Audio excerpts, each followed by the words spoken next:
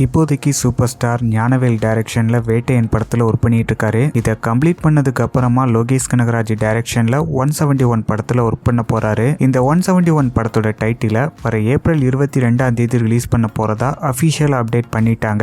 இந்த அப்டேட்டை கொடுத்து ஒரு போஸ்டர் ரிலீஸ் பண்ணாங்க. அந்த போஸ்டரை வச்சுதான் இந்த படத்தை டைம் டிராவல் கான்செப்ட்ல எடுக்க போறதா சோசியல் மீடியால அப்டேட் பண்ணிக்கிட்டு இருக்காங்க.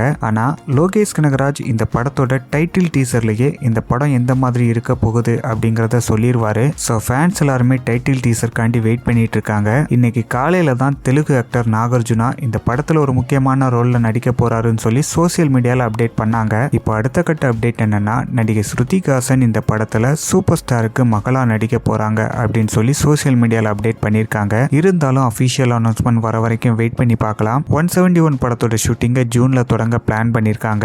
இதை கம்ப்ளீட் பண்ணதுக்கு அப்புறமா நெல்சன் டைரக்ஷன்ல ஜெயிலர் படத்தோட செகண்ட் பார்ட்ல ஒர்க் பண்ண போறாரு. ஜெயிலர் 2 படத்தோட ஷூட்டிங்கை இந்த வருஷத்தோட எண்டிங் இல்லனா அடுத்த வருஷத்தோட ஸ்டார்டிங்ல தொடங்க போறதா அப்டேட் பண்ணிருக்காங்க.